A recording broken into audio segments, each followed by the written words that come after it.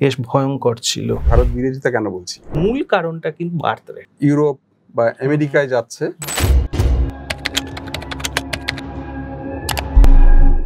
প্রিয় দর্শক, পার্বত্য নিউজের ডিজিটাল ভার্সনে আপনাদের সবাইকে স্বাগত জানাচ্ছি।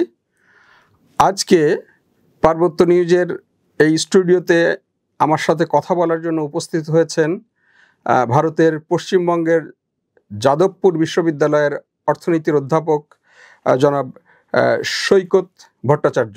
নমস্কার। আরেকটি বিষয় আপনার কাছে জানতে চাই, সেটা হলো যে আমরা শিল্প এবং সাহিত্যে পশ্চিমবঙ্গে বেশ ভালো অবস্থানে দেখতে পাই। বিশেষ করে টলিউডের সিনেমা বেশ শক্তিশালীভাবে কাজ করছে, সেখানে আমরা দেখছি।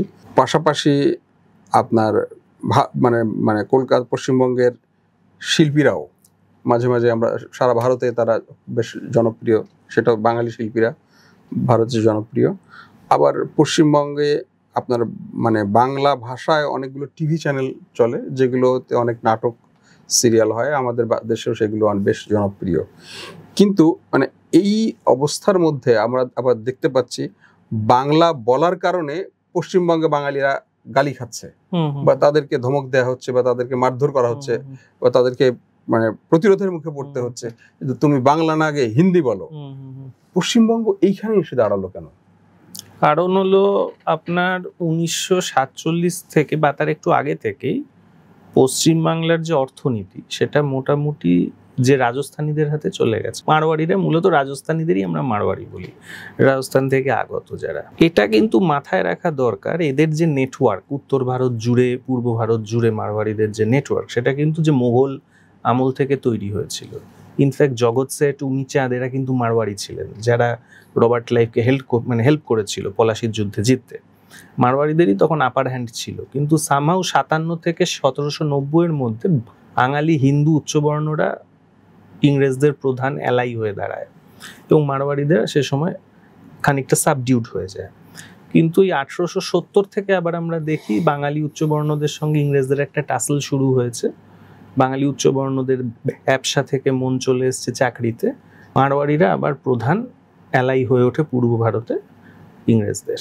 1890-তে মোস্ট লাইকলি গন্ধ বণিকদের কাছ থেকে গোয়েঙ্কাদের হাতে অনেক চলে যায়, এবং তখন থেকে আস্তে আস্তে আমরা জানি 47-এই প্রায় পুরো ব্যবসা মারওয়াড়িদের অন্তর্গত হয়ে গেছে। অনেকেই বলে যে মারওয়াড়িদেরই মূল রোল ছিল, মারওয়াড়ি ব্যবসায়ীদের, সমস্ত মারওয়াড়িদের তো বলা উচিত না, অনেক মারওয়াড়ি গরিব বা মধ্যবিত্ত মানুষও আছে, অধিকাংশই তাই, যারা বড় ব্যবসায়ী, তাদের বিশাল প্রভাব ছিল এই যে নলিনী সরকার, বিধান রায় এদেরকে মোটিভেট করে ভাঙার ক্ষেত্রে। তো ইনফ্যাক্ট তখন যে বাংলা ভাঙে, তখন থেকে অর্থনীতি আস্তে আস্তে মারওয়াড়িদের হাতে চলেই গেছে। শাসনটা হলো বাঙালি উচ্চবর্ণদের হাতে যে রয়ে গেছে সামহাও।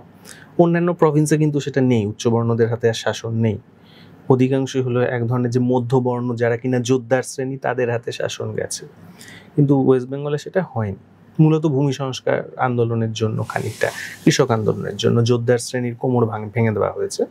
কিন্তু যাই হোক, সেটা আলাদা প্রসঙ্গ। কিন্তু এবার আমরা দেখি যে বিপুল পরিমাণে হিন্দিভাষী এর ন্যাচারালি যেটা হয়েছে শহরাঞ্চলগুলোতে এসেছে, বাইরে থেকে বিহার থেকে শ্রমিক এসছে, আর হলো যে রাজস্থান থেকে যারা ব্যবসায়ী তারা এসছে, এবং এটার ফলে মূলত শহরাঞ্চলে তাদের একটা প্রাধান্য গড়ে উঠেইছে।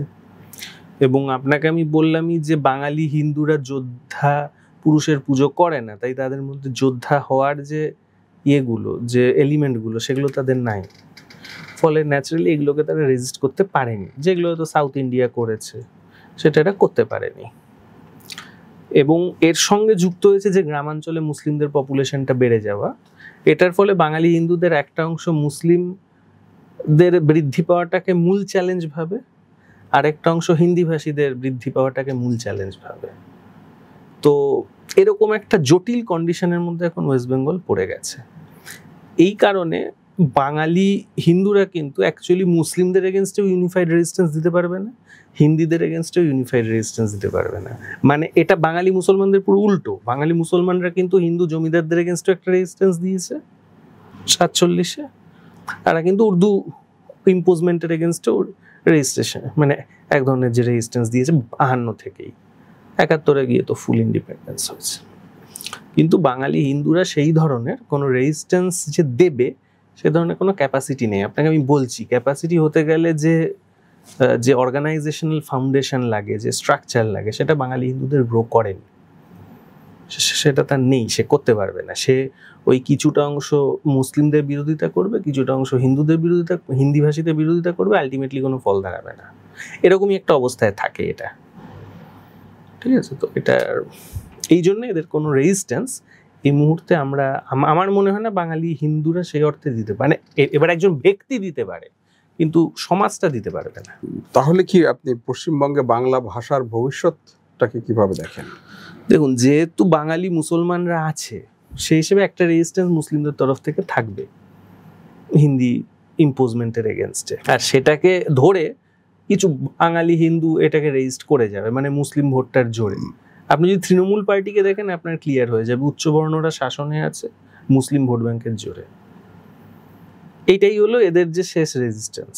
এবারে জিনিসটা হলো এটা কতদিন থাকবে, বা সব কিছুরই তো শেষ আছে, একটা ফেজ পাল্টায়, এর পরবর্তী ফেজে কি হবে সেটা এখনই তো আমরা বলতে পারি না। কিন্তু বাঙালি হিন্দু সমাজ অ্যাজ এ হোল রেজিস্ট করতে পারবে এরকম অবস্থায় নেই। সেটা বাঙালি মুসলমানদের ওপরই এসে বর্তাবে, হয়তো কিছু বাঙালি হিন্দু তার সাথে অ্যালাইড থাকবে, এরকমই একটা অবস্থা তৈরি হবে। এই যে রেজিস্ট্যান্সের কথা বললেন, পশ্চিমবঙ্গে এই স্টেজেরও তো একটা শেষ আছে, কিন্তু আমরা আগে দেখেছি যে 32 বছর বাম ফ্রন্ট বা বাম রাজনীতি পশ্চিমবঙ্গে নেতৃত্ব দিয়েছে। মাঝে কংগ্রেস কিছুটা সময় ছিল, কিন্তু এই বাম রাজনীতি এভাবে পশ্চিমবঙ্গে কেন ব্যর্থ হলো? লেফট রাজনীতি আমাদের ওখানে গড়ে উঠেছিল মূলত কৃষক আন্দোলনকে কেন্দ্র করে। এবার কৃষকদের মূল যে দাবি ছিল সেটা হলো যে ল্যান্ড টু দ্য টিলার্স, গোটা বিশ্বজুড়েই যেটা হয়েছে ভূমি সংস্কার আন্দোলন, যে হলো যে হাল যার জমিদার। কিন্তু বিষয়টা হলো যে বামফ্রন্ট যেটা করেছে অপারেশন বর্গা, সেটা হলো যে কৃষক চাষ করছে তাকে মানে উৎপাদনের শেয়ার দেওয়া 50 থেকে 75%। ফলে ভূমি সংস্কারটা ফুল হয়নি, হাফ হয়েছে। আর ভূমি সংস্কারের যে সুবিধাটা, যে প্রোডাক্টিভিটি বেড়ে যায়, হাল যার জমিদার হলে কৃষক নিজের জমি ভেবে আরো বেশি বেশি উৎপাদন করে, ফলে প্রোডাক্টিভিটি বাড়ে এবং সেই সারপ্লাসটা ইন্ডাস্ট্রিতে ব্যবহার হয়। এই সারপ্লাসটা সাধারণত রাষ্ট্রকে তুলতে হয়, কিন্তু ওয়েস্ট বেঙ্গল তো কোনো রাষ্ট্র নয়, ওয়েস্ট বেঙ্গল একটা অঙ্গরাজ্য, তো ন্যাচারালি শেষে সারপ্লাসটাও তুলতে পারেনি। যদি কিছু হয়েও থাকে অপারেশন আধা ভূমি সংস্কার থেকে, আধা সারপ্লাসও যে আসবে শেষেও সে তুলতে পারেনি। ফলে কোনো বাঙালি পুঁজির বিকাশ হয়নি। মানে আপনি তো বাইরে থেকে পুঁজি আপনাকে কমপ্লিমেন্ট করে, কিন্তু আপনার মূল বিকাশটা কিন্তু আভ্যন্তরীণ পুঁজি থেকেই আসবে, এটাই নিয়ম। মানে এই জন্যে ধরুন এই যে চীনের যে বেল্ট রোড ইনিশিয়েটিভ, চীনের belt road initiative can only act as a complementary factor. Mohammad Yunus সাহেব চায়নায় গেছেন ইনভেস্টমেন্ট আনবেন বলে, ইটস গুড, বাট এটা কমপ্লিমেন্টারি হবে। মূল ইনভেস্টমেন্টটা কিন্তু ভেতর থেকে আসতে হবে, বাংলাদেশের ভেতর থেকে আসতে হবে পুঁজিটা। তো এটাই নিয়ম, মানে এফডিআই সাধারণত ইমপ্লিমেন্ট করে। তেমনি যদি মারওয়ারি গুজরাটিরা কিছুটা হেল্পও করতে পারে, সেটা কমপ্লিমেন্টারি হতো, ভেতর থেকে পুঁজি তুলতে হতো বাংলা থেকেই, সেটা হয়নি। ফলে যেহেতু পুঁজির বিকাশটাই হয়নি, যেটা বামপন্থী আন্দোলনের মূল কারণ, মানে মূল কজ যেটা, সেটাই যেহেতু হয়নি, এলোমেলো হয়ে গেছে, এটা আলটিমেটলি কোনো জায়গাতেই যায়নি। শেষ অবধি একটাই জিনিস হয়েছে, উচ্চবর্ণরা তার শাসনটা ধরে রাখতে পেরেছে, জোরদার, মানে যেটাকে আমরা মধ্যবর্ণ বলি, মানে আপনি যেটাকে আর কি হিন্দি হার্টল্যান্ডে যাদব, এই নামগুলো তো শোনেন, যাদব, জাটভ, এসব যে ইয়েগুলো, এদের উত্থানটাকে আটকে দেওয়া গেছে। আলটিমেটলি এর ফলটা এইটুকু হয়েছে। অ্যাকচুয়ালি কমিউনিস্ট বিপ্লব কাজ করবে যদি সেটা বিপ্লব হয়, যদি সেটা রাষ্ট্র ক্ষমতা দখল করে। একটা লজিক্যাল প্রশ্ন আসে যে এত দীর্ঘ সময় বাম রাজনীতি, যেটাকে আমরা ধর্মনিরপেক্ষ রাজনীতি বলি, আবার মমতা, তারপরে পরপর 3 বার মমতা ক্ষমতায় আছে, এবং আপনিও বলছিলেন যে মুসলিম তোষণ করেই সে আছে, মানে সে না বলুন, বাঙালি উচ্চবর্ণরা মুসলিম ভোটে আচ্ছা। তাহলে প্রশ্নটা হলো যে পশ্চিমবঙ্গে মুসলমানদের চাকরি এবং অন্যান্য ক্ষেত্রে বা তাদের লাইভহুড এত পিছিয়ে কেন? আমি আপনাকে উল্টোটাই বলি, পিছিয়ে আছে বলেই তো পপুলেশনটা বাড়ছে, সেটাই তো শেষ জোরের জায়গা। যদি বেশি বেশি সরকারি চাকরি পেত, তাহলে তো ওই জোরের জায়গাটাও শেষ হয়ে যেত, তাহলে তারও ক্ষতি হতো। উল্টোভাবে ভাবুন, আপনি সরকারি চাকরি দিয়ে দিলেন, বার্থ রেট পড়ে গেল, এ তো আজকে আরো মার খেত। ভোট ব্যাংকটা আছে, ওটাই তো তার একমাত্র জোর। তো সেটা তো মানে সেটা মমতার জন্য জোর, সেটা তো বাম ফ্রন্টের জোর, কিন্তু মুসলমানদের ডেভেলপমেন্টের যে জোরটা, হ্যাঁ, আপনি যদি ডেভেলপমেন্টটা অ্যালাউ করেন তাহলে তার ফল কি ভালো হবে? আপনাকে আমি উল্টোটা প্রশ্নটা করছি। আপনি যদি আজকে মুসলিমদেরকে শিক্ষা দিয়ে একেবারে সরকারি চাকরি দিয়ে দেন, অনেক কোটা দিয়ে দিলেন, পুরো 50% কোটা দিয়ে সরকারি চাকরি দিলেন, এটা ক্ষতি হবে না ভালো করবে? কারণ একজন প্রভাবশালী মুসলিম সে 1000 বা 1 লক্ষ লোকের থেকে বেশি প্রভাব বিস্তার করতে পারে, যেভাবে আমরা ইসরায়েলে দেখছি। সেটা ইসরায়েল একটা রাষ্ট্র। ইন্ডিয়াতে যে মুহূর্তে মুসলিমদের শেষ ভরসাটা তার হলো পপুলেশন। কারণ একটা পপুলেশন নেই যার, এবার সে যদি সরকারি চাকরি হয় তাকে তো খেয়ে নেবে, তার হাতে তো পুঁজি আসছে না। মানে আপনি যদি পুঁজিপতি ক্লাস হতে পারেন তাহলে আলাদা কথা। তাহলে আপনি একটা গণতন্ত্রে আপনার যদি পুঁজি থাকে, আপনার যদি পয়সা থাকে, আপনি নিয়ন্ত্রক, আপনার সংখ্যার দরকার নেই। কিন্তু চাকরি করে, মানে কর্পোরেট চাকরি বা সরকারি চাকরি অর্থাৎ মধ্যবিত্ত হয়ে আপনি তো ক্ষমতা পাবেন না। আপনার বরং সংখ্যাটাও যাবে, আবার আপনার অনেক পয়সাও হবে না প্রভাব খাটানোর মতো। দেখতে পাচ্ছি যে সংখ্যা আছে, কিন্তু সারা ভারতে মুসলমানদের উপরে যেভাবে হোলি উৎসব দেখলাম, সংখ্যা তো 14%, কি করে সংখ্যা হয়? ওয়েস্ট বেঙ্গল আর আসামে সংখ্যা আছে। আচ্ছা, ওয়েস্ট বেঙ্গল, আসাম, কিছুটা লোক আপনার যে কাশ্মীরে সংখ্যা, অন্য জায়গায় তো সংখ্যা নাই। মানে পপুলেশন শেয়ার তো অনেক কম, এই জন্য তাদের ভোট ব্যাংক তো নেই এবং তাদের হাতে পুঁজিও নেই। এবার আপনি যেটা বলছেন, মানে ঠিক আছে, আপনি এটা বলতে পারেন, বাট আমার যেটা মনে হয় এটা ইন এ সেন্স ঠিক আছে যে তাদের বেশি সরকারি চাকরি, বেশি কর্পোরেট চাকরিতে তারা যে যায়নি, তারা যে কৃষিজীবী থেকেছে, এর কিছু ক্ষতি আছে। কিন্তু এক অর্থে একটা লাভ আছে যে তাদের অ্যাটলিস্ট সংখ্যাটা তার ওয়েস্ট বেঙ্গলে আছে, যেটা তার শেষ আশ্রয়। তা নাহলে তো যে রোহিঙ্গাদের মতো মেরে বার করে দিত। মানে আজকে বাঙালি তৃণমূল নেতৃত্বের, বাঙালি উচ্চবর্ণদের যে সাপোর্টটা মুসলিমরা পায়, সেটা তো সংখ্যার জন্যই পায়। ওটা না থাকলে তো আর এরাও সাপোর্ট করতো, এরাও শেষ হয়ে যেত, কিন্তু এরাও সাপোর্টও করতো না। তাহলে এই সংখ্যাটা থাকার তো শেষ আশ্রয় ওটাই আমি বলবো। মানে বাঙালি মুসলমানদের একটা লাভ অবশ্যই বামফ্রন্ট সমন্বয়ে হয়েছে, যেহেতু অপারেশন বর্গার মেজর ফ্রুট কিন্তু বাঙালি মুসলমানরা পেয়েছে। কারণ তারা কিন্তু অধিকাংশই যে জোরদার শ্রেণী ছিল না পশ্চিমবঙ্গে, তারা কিন্তু অধিকাংশই কৃষক ছিল, সুতরাং তারা এক ধরনের সুবিধা পেয়েছে। এবার তার যেটা পরবর্তী স্টেপ সরকারি চাকরি, যেটা নিয়ে ইন্ডিয়ার যে সাচ্চার কমিশন বলেছিল যে ওয়েস্ট বেঙ্গলে সরকারি চাকরিতে পিছিয়ে, সাচ্চার কমিশন কিন্তু যে আপনার যে ইন্ডিয়ার কমিশন, সাচ্চার কমিশন কিন্তু বুঝেই বলেছে। সাচ্চার কমিশন জানে যে আমি যত বেশি তাকে মধ্যবিত্ত বানাবো কৃষক থেকে, তার পপুলেশনের জোরটা আমি কমিয়ে দিতে পারবো। সে বুঝে বলেছে, কারণ মধ্যবিত্ত এমন একটা শ্রেণী যার পপুলেশনেরও জোর থাকে না, যার আপনার পয়সার জোরও থাকে না, সে খুবই মানে একটা হোপলেস অবস্থায় থাকে। বিশেষ করে আপনার ইন্ডিয়ার মতো দেশে আপনি দেখবেন ইন্ডিয়াতে সবচেয়ে বেশি ইনকাম ট্যাক্স তোলা হয় মধ্যবিত্তদের থেকে, কর্পোরেটদের থেকে নয়।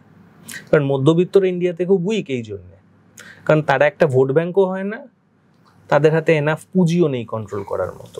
যদি আফটার মমতা আপনি কি বিজেপি দেখেন? বিজেপি আসা মানে আপনি ধরে নিতে পারেন আপনার যে রাজনীতিতেও হিন্দিভাষীদের মানে এসে যাবে হিন্দিভাষীরা। তারা কমার্স তো নিয়েই নিয়েছে, রাজনীতিতেও হিন্দিভাষীরা ক্ষমতায় আসবে। এখন সেটা আমার মনে হয় আপাতত হয়তো রেজিস্ট করা হবে, বাট হলে সেটাই হবে। আর অবশ্যই মুসলিমদের অবস্থা আরো ভয়াবহ হবে। মানে এবার এটাই কথা যে ভবিষ্যতে কি হবে, ভবিষ্যতে সত্যিই খুব খারাপ ওয়েস্ট বেঙ্গলের। যেটার আসল জাতি বাঙালি হিন্দু, সে যেহেতু ক্ষয়িষ্ণু, এবং বাঙালি হিন্দুরা at the end of the day Bangali মুসলমান এবং হিন্দিভাষীদের মধ্যে একটা ব্রিজ হিসেবে কাজ করতে পারে, সেটা কিন্তু অন্যরা পারে না। সেজন্য এই ক্ষয়িষ্ণুতাটা যত হবে তত কিন্তু ওয়েস্ট বেঙ্গলের ফ্যাব্রিক ভাঙতে শুরু করবে, এবং সেটা করেওছে, অলরেডি সেটা শুরু হয়ে গেছে। আমি খুব ভালো আশা কিছু ওয়েস্ট বেঙ্গল থেকে আমি দেখছি না। ভবিষ্যতে সোশ্যাল ফ্যাব্রিক আরো ভাঙবে ওয়েস্ট বেঙ্গলের এবং গোটা ইন্ডিয়ারই, এটার দিকেই যাবে ধরে নিয়ে আমার মনে হয় সবার চিন্তা ভাবনা করা উচিত।